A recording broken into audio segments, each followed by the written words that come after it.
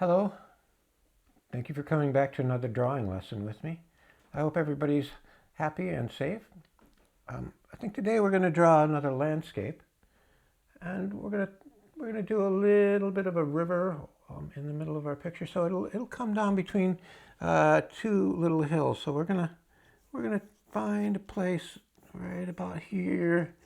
Maybe the other hill's over here, but one is in front of the other because one's farther away. And then way back here, we're going to have a far away.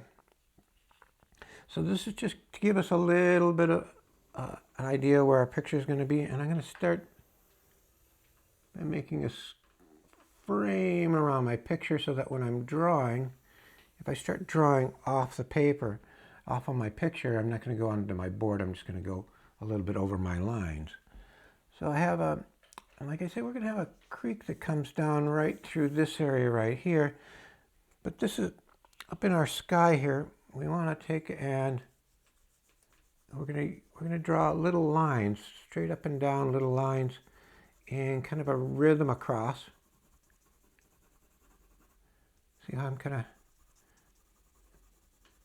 filling in. And this what we're going to have here is if I put in lines and every time I go across, they're slightly bigger, higher up.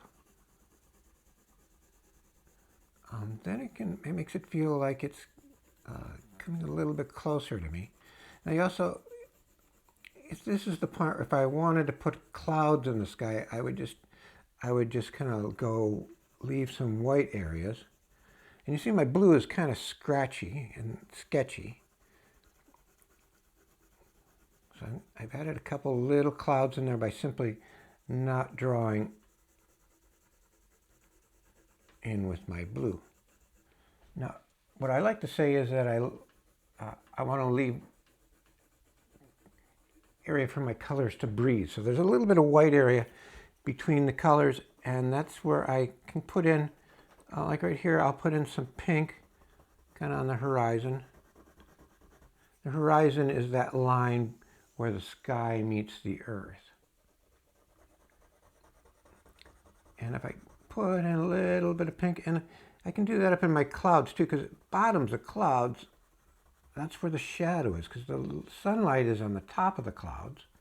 Clouds are made up of, they're kind of like steam, they're moisture, so you can't really walk on them, but the more water in them, the darker they are on the underneath side. So I'm putting a little bit of purple in here, and I can try to make them look a little bit poofy by making it feel like it's going round.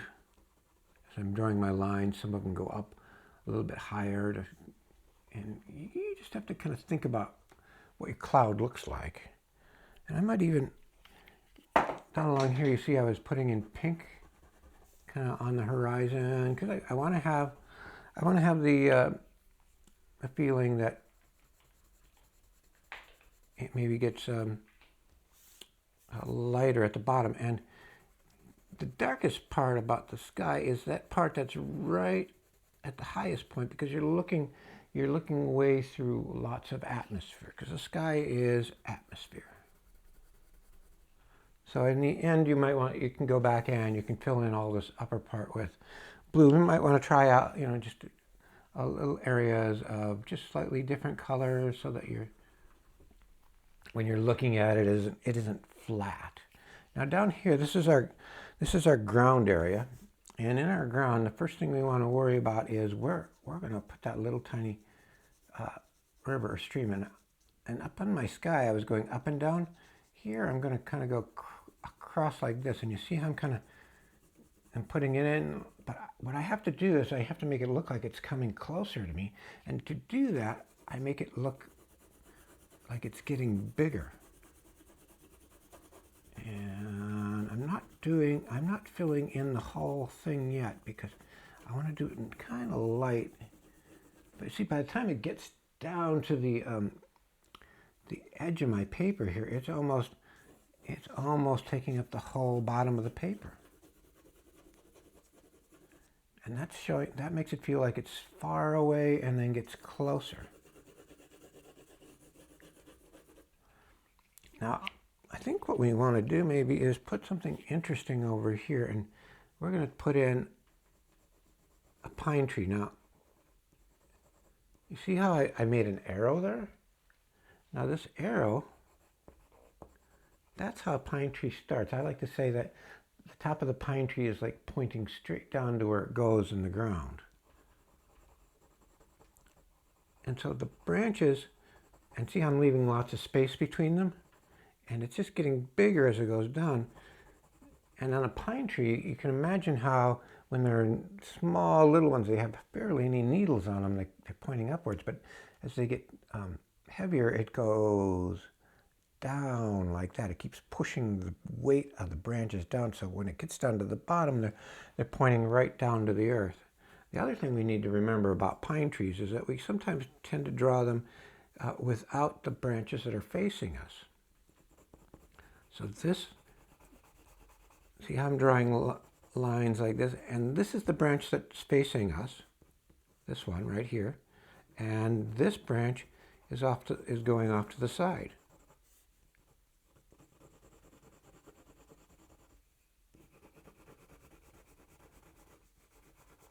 And see how right here I have 3 groupings of branches, and as it gets down, it gets more groupings of branches.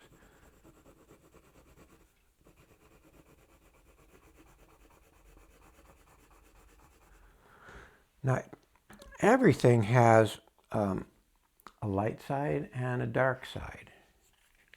So that's the shadow. So I'm going to use a little bit of darker blue maybe, right kind of in underneath this, on this side of the tree. And this side here I'm going to color where the sunlight's coming in.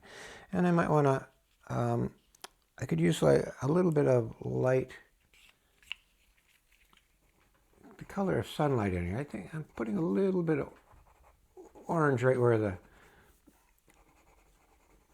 maybe the tree branches are. I dropped my yellow pencil, so I'm going to just reach for another one. And if I put a little bit of yellow on the green, then that kind of makes it look like there's a little bit of sunlight on there. And every now and then I'll stop and look and I'll see, oh, this doesn't look quite like it's as big as this side. And so I'll go in and I'll put in a little bit more. And maybe right behind here, say right about there, maybe I'll have a little tiny pine tree. And it doesn't look quite right. And this one I'm doing it, you can see that I'm doing it in blue because I kind of want to make it look like it's smaller and farther away. So sometimes we use colors to make things look like they're farther away. And if I go over the top of my blue with the green, you can see what I'm doing here is I'm going this side and this side and this side as I come down with my pine tree. And also what we need is underneath the pine tree is going to be, we're going to have a little bit of shadow. So I think maybe for a good thing for today is, instead of thinking about this as green, I think we're going to make that snow up there. So this is going to be a snowy picture. That way we don't have to work so hard at filling our whole paper. So over here, and this is further away even still, we're going to put in a couple small pine trees. Now we don't have to spend as much time on these. And what I do when I'm drawing these is, you'll see I do a side to side. So it's almost like, well, here I'll do one that's a little bit less formed. So I start with my little arrow, and then I go this way, this way, this way, this way, this way, and this way. But I do it as I do that as I'm scribbling downward. So just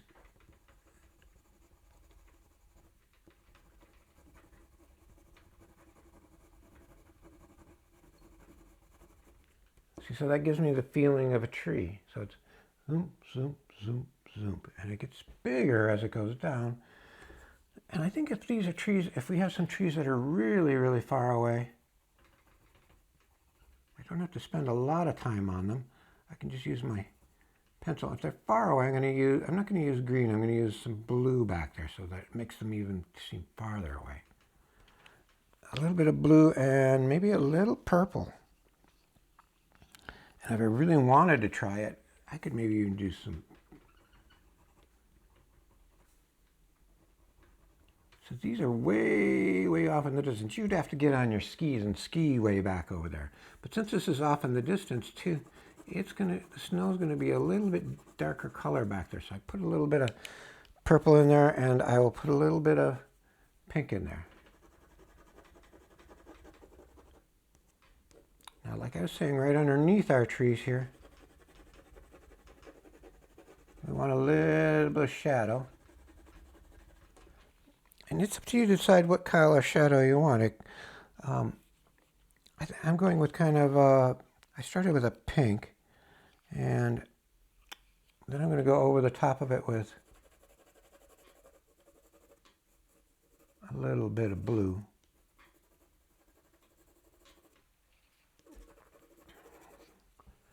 And let's see, right? I think we should probably put in one big tree. And I've got my pencils all upside down here. So why don't we, right about here, right next to the edge of the water,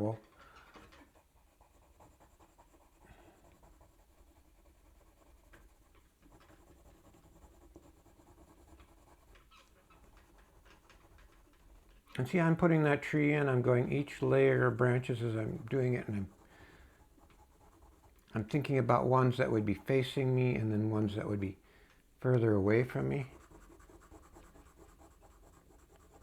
And the bigger the tree, the more space between the branches there are. And this one's going to come down right at the edge of my water.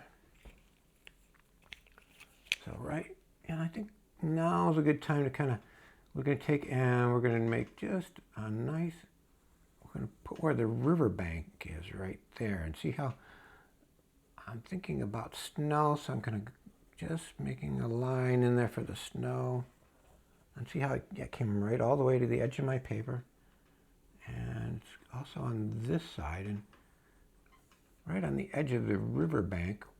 This is my tree's kind of overhanging the river bank a little there. I want to kind of try to keep the snow feeling a little bit poofy, so we have these little kind of poofy lines.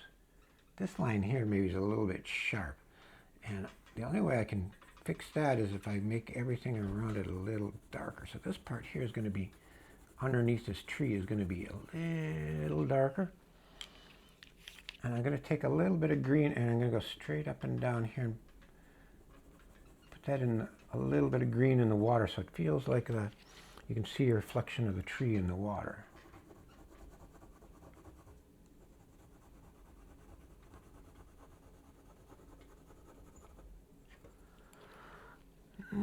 What else would we need? Oh, we need a little bit of green right under these trees so that we can feel, and see how my lines are going straight up and down right now?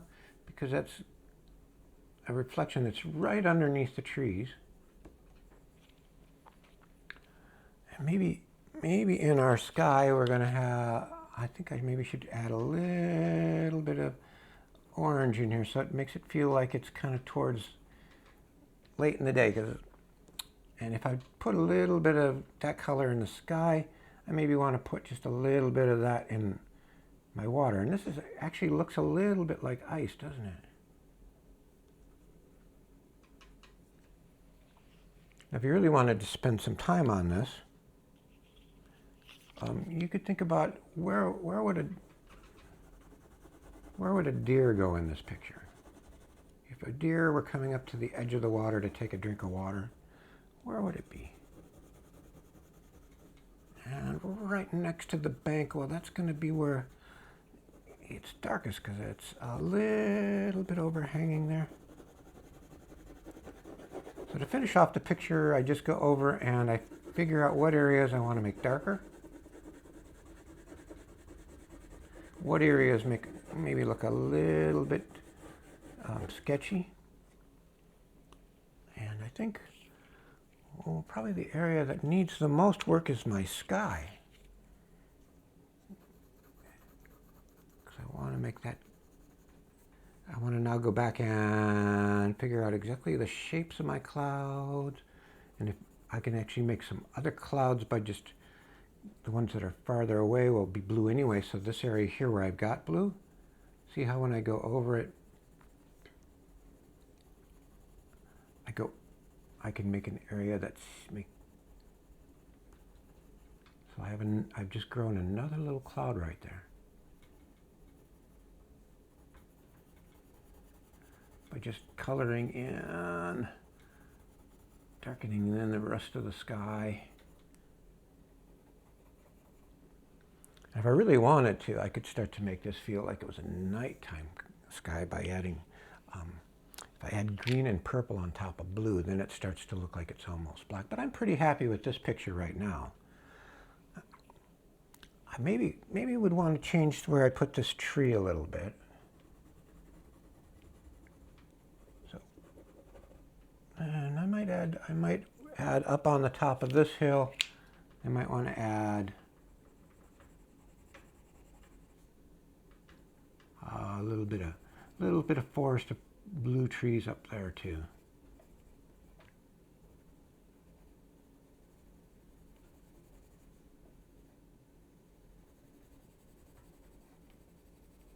Always pay attention. See right there, right on your edge. See how I've actually I didn't go all the way to the edge of my paper. Instead of not worrying about it because I'd go off, I didn't color in there. So you always want to pay attention to your edges. Like right here, I should have that shadow go right to the edge. And maybe fill in the middle of my pine trees a little bit, because this middle area of your pine tree right here is going to be darker. So if I just go and fill in this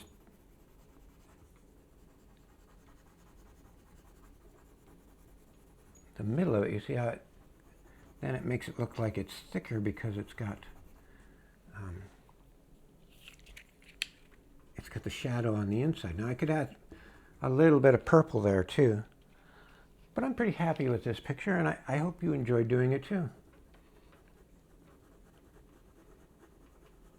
Remember, colors, lots of colors on top of colors.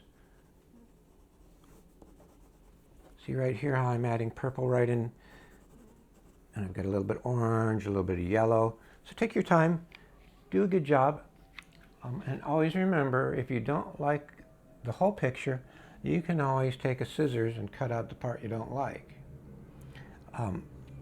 Also, figure out how big of an area you want to do. You can always fold the paper in half and do it on half of a piece of paper.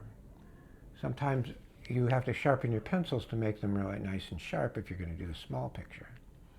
But always think about how long you want to spend on your picture and how long it's going to take you, because you don't want to get into a situation where, like here, it's all scratchy. You want to make it look like you spent time on it. The more time you spend on it, the better it'll look. The more you practice, the better you'll get at it. The only difference between somebody who can draw a really good picture and somebody who can't, it's just the amount of time you're willing to practice. Thank you.